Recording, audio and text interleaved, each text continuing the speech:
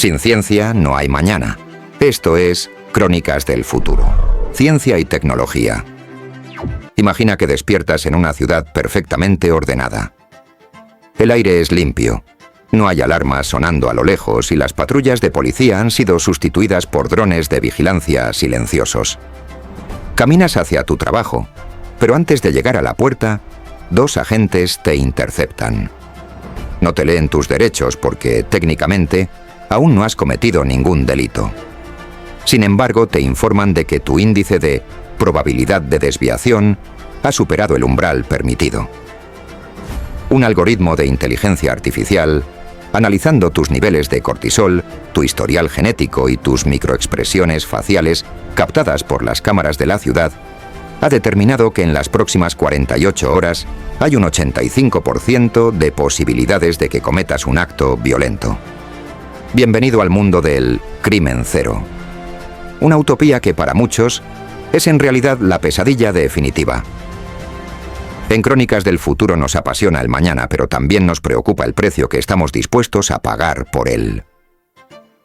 Hoy, la humanidad se encuentra en una encrucijada histórica.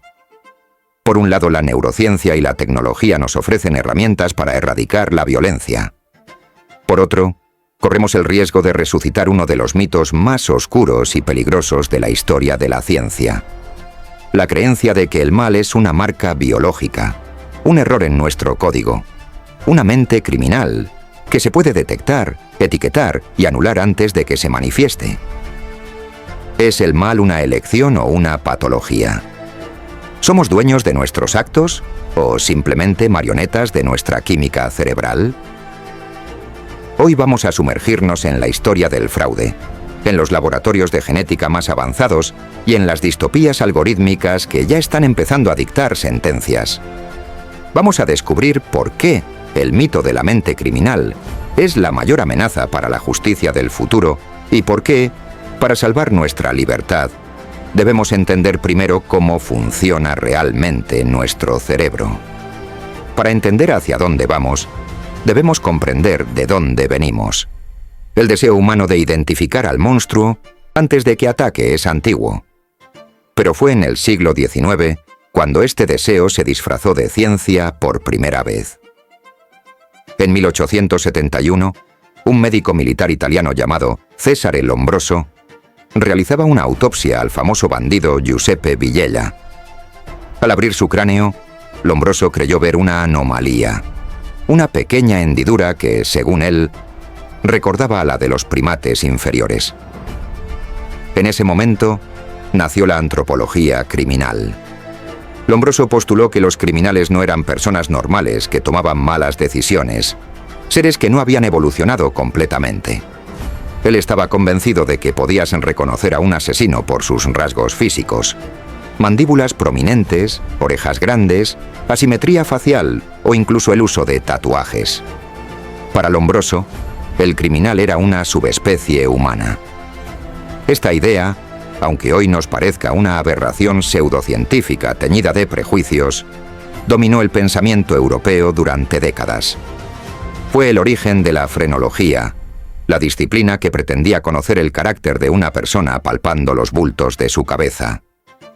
Sin embargo, mientras Lombroso medía cráneos, un caso real en Estados Unidos estaba dando las primeras pistas científicas de la verdadera relación entre el cerebro y la moral.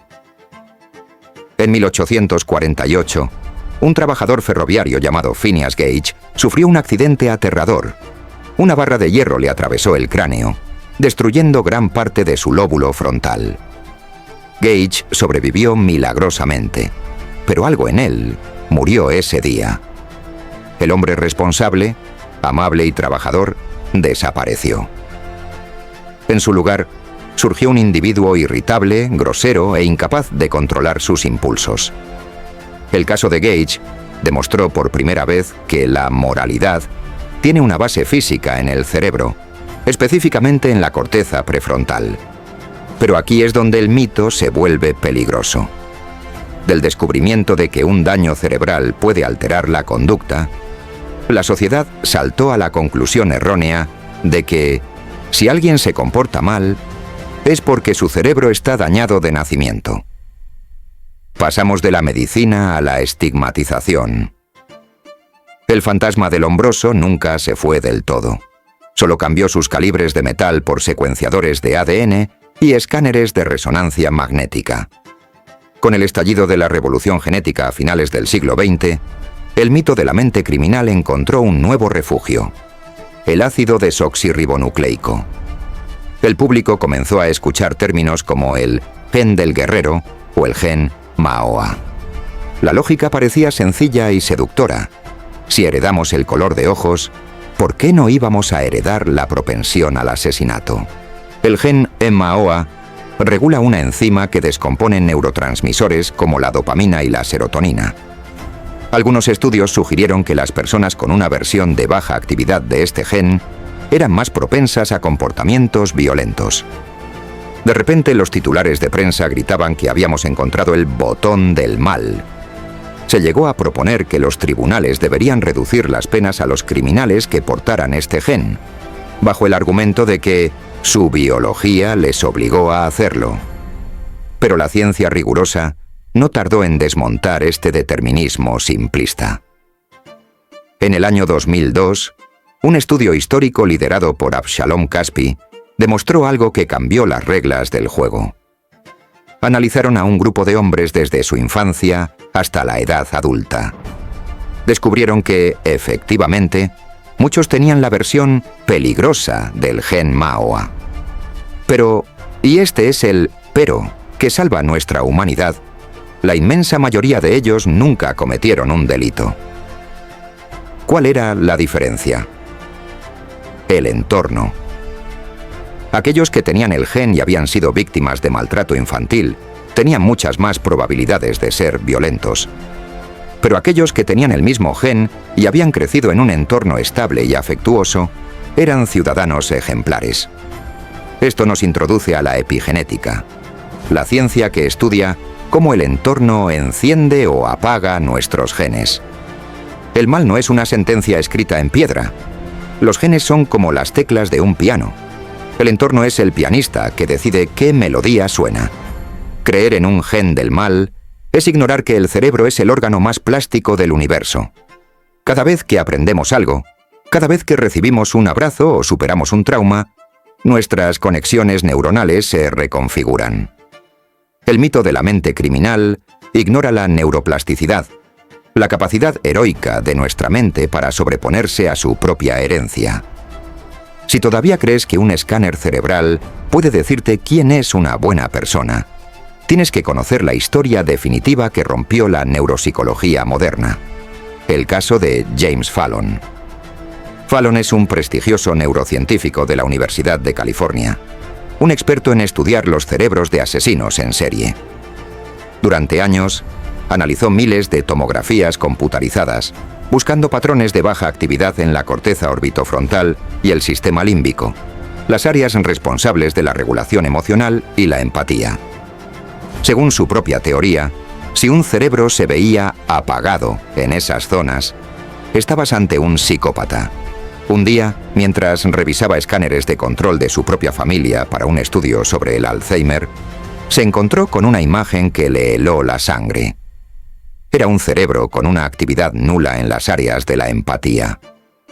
Era, según sus propios criterios, el cerebro de un asesino despiadado. Pensó que era un error de etiquetado, pero al verificar el código, descubrió la verdad. Era su propio cerebro. James Fallon descubrió que poseía no solo el cerebro de un psicópata, sino también casi todos los marcadores genéticos asociados a la violencia, incluido el gen MAOA. Al investigar su genealogía, descubrió que en su familia había varios asesinos históricos.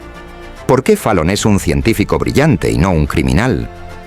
Él lo explica a través de lo que llama la tríada: genética, una predisposición biológica; epigenética, una función cerebral alterada; el factor decisivo, una infancia feliz.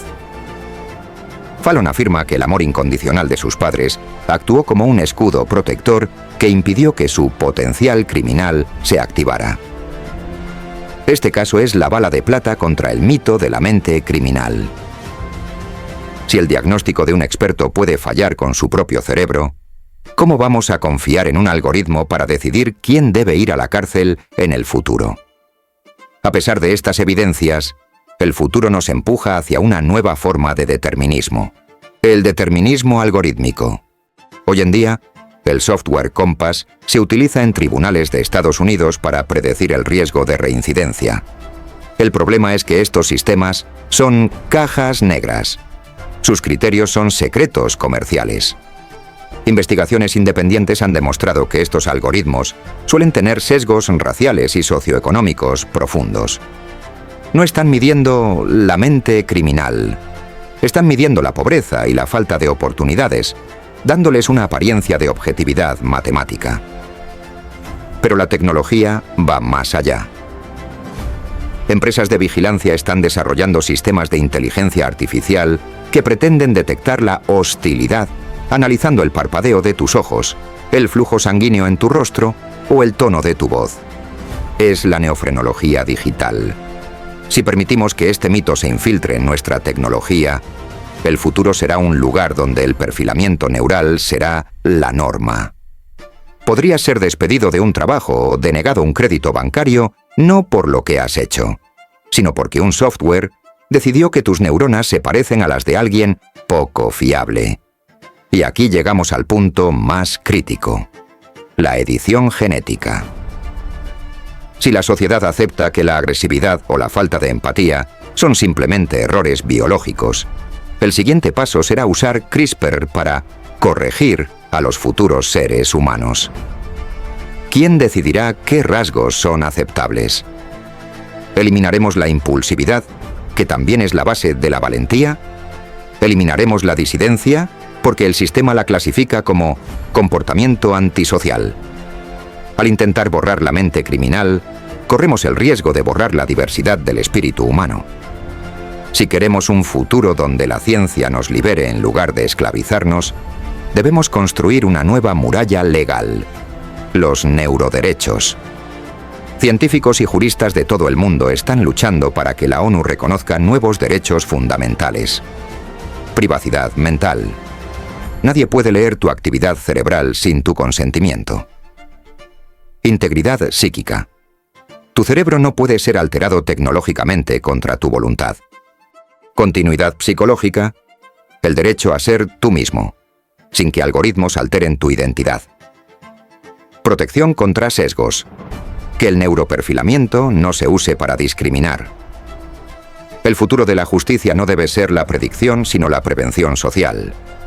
La tecnología no debería usarse para etiquetar cerebros, sino para identificar dónde falta educación, dónde falta salud mental y dónde falta apoyo comunitario. El cerebro no es un destino, es un proceso. La historia del mito de la mente criminal es, en el fondo, la historia de nuestro miedo a la incertidumbre. Queremos creer que el mal es algo externo, algo que se puede ver en un escáner o en un tubo de ensayo, porque eso nos hace sentir que nosotros estamos a salvo. Nos hace creer que el monstruo es otro. Pero la ciencia real nos dice algo mucho más profundo y a la vez mucho más esperanzador. Nos dice que no somos prisioneros de nuestra biología, que cada uno de nosotros tiene la capacidad de reescribir su historia cada mañana. El mal no es una mancha en el lóbulo frontal, es una pérdida de la conexión humana. Y la solución no es más vigilancia, sino más comprensión.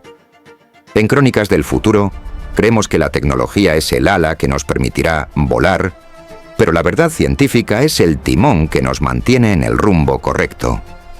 Si dejamos que los mitos decidan nuestro futuro, construiremos una jaula de alta tecnología.